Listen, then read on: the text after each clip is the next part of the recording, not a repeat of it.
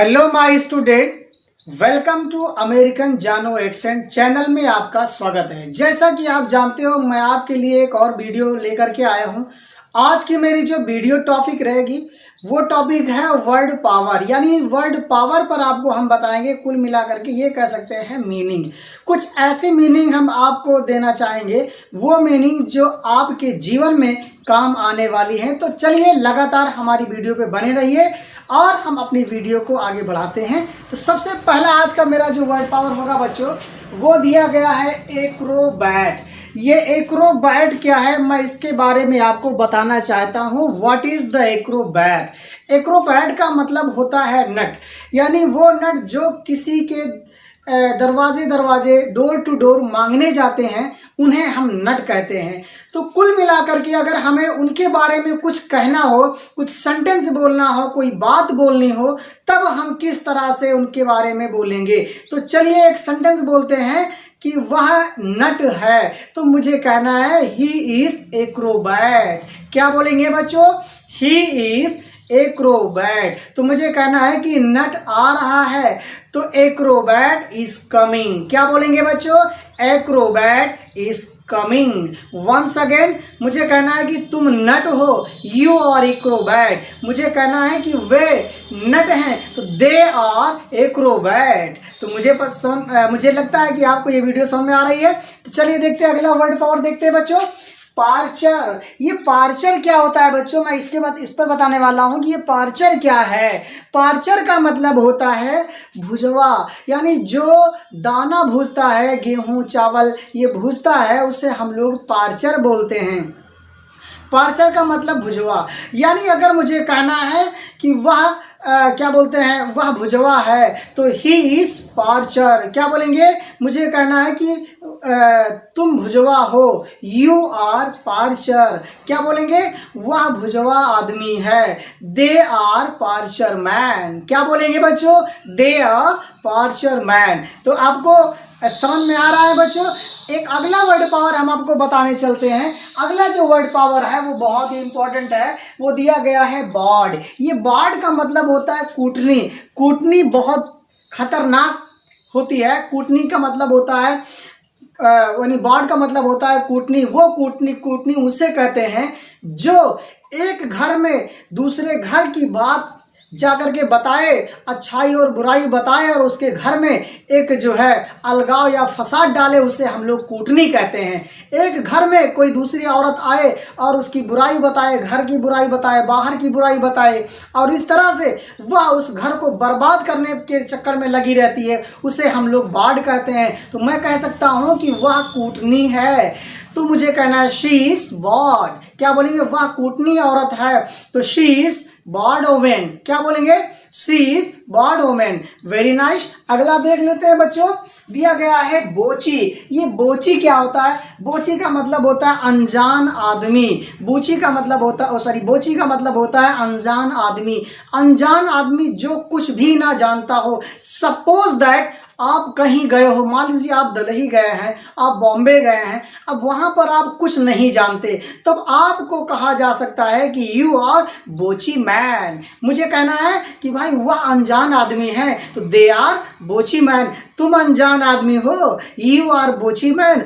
आप कभी कभी लोग ये कह सकते हैं, बात करते वक्त भी इसका इस्तेमाल कर लेते हैं कि यार तुम बिल्कुल अनजान आदमी बन रहे हो, you are becoming Bochi man. तो ऐसा भी लोग बोलते हैं कि you are becoming Bochi man. अगला देख लेंगे बच्चों। अगला दिया गया है फ्रेटर्निटी। फ्रेटर्निटी का क्या मतलब होता है? फ्रेटर्निटी का मतलब होता है बिरादरी। तो फ्रेटर्निटी का मतलब होता है बच्चों बिरादरी। ये बिरादरी क्या होता है? बिरादरी का मतलब होता है कि यानी आप जिस कैटेगरी से आप बिलोंग करते हैं, उसी कैटेगरी से आप भी बिलोंग हो। यानी वो भी बिलोंग करता हो, अगला आदमी जो आपका दोस्त है, उसे हम लोग बिरादरी बोलते हैं। यानी ये कह सकते हैं कि अगर आप यादव हैं तो वो भी यादव हो। अगर आप जो है खान पठान हो तो वो भी खान पठान हो। अगर आप कुल मिलाकर के ST SC से बिलोंग करते हैं तो वो भी ST SC से बिलोंग करता हो, आप OBC से बिलोंग करते हैं तो वो भी OBC से बिलोंग करता हो, तो कुल मिलाकर के उसे हम लोग बिरादरी बोलते हैं। तो मुझे अगर आपको कहना है कि तुम तो मेरे बिरादरी हो, यू आर माई फ्रेटर्निटी, क्या बोलेंगे? तुम मेरे बिरादरी हो, यू आर माई फ्रेटर्निटी। अगर मुझे कहना है कि मायावती मेरी बिरादरी है तो मायावती इज माई फ्रेटर्निटी। अगर मुझे कहना है कि क्या बोलते हैं कि मोदी जो है योगी के बिरादरी हैं तो Yogi is a fraternity of योगी मोदी। तो अगर मुझे कहना है कि मायावती योगी की बिरादरी हैं तो Yogi is a fraternity of Mayawati. तो कुल मिलाकर के इस तरह से अगर हम सेंटेंस बोलना चाहें तो हम बोल सकते हैं। अगर मुझे कहना है कि वह मेरा बिरादरी है तो ही इज माई फ्रेटर्निटी। तुम मेरे बिरादरी हो, यू आर माई फ्रेटर्निटी। तो आपको ये सेंटेंस यानी ये वर्ड आपको समझ में आ गया बच्चों। अगला देख लेंगे, दिया गया है, बहुत इंपॉर्टेंट है, पाओ। ये पाओ का क्या मतलब होता है? पाओ का मतलब होता है जादू टोना करने वाला। पाओ का मतलब होता है जादू टोना करने वाला।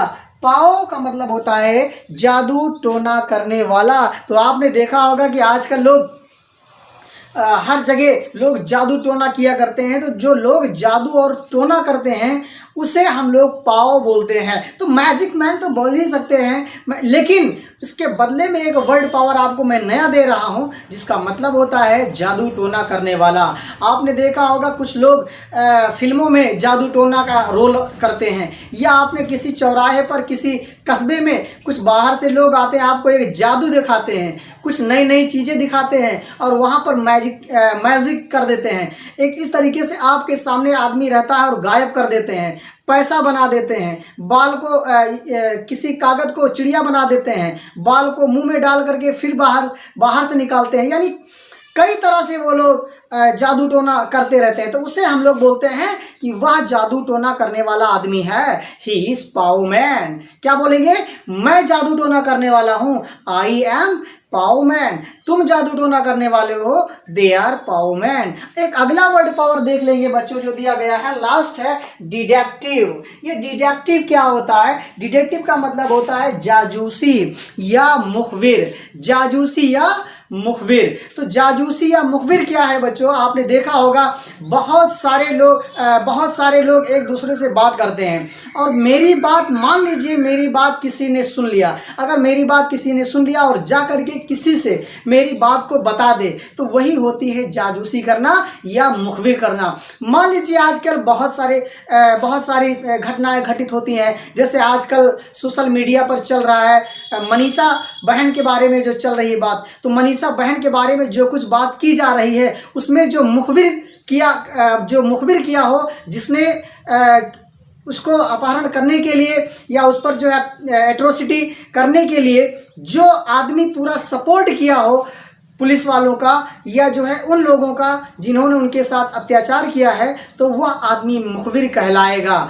या किसी घटना को घटित होते समय किसी ने देखा और वो जाकर के किसी से बता दे, वही मुखबिर कहलाता है। तो बच्चों अगर मुझे कहना है कि मैंने मुखबिर नहीं किया या उसने मुखबिर किया तो ही हैज़ डिटेक्टिव। क्या बोलेंगे? He has detective. तो मुझे कहना है अगर आप मुझसे मुखबिर करोगे तो मैं आपको बताऊंगा या आपसे मिलूंगा। If you will detective me I will tell you. तो मुझे कहना है कि मैं मुखबिर नहीं करूंगा, I will not detective you. तो मुझे कहना है कि वह मुखबिर नहीं करेगी, I will not detective you.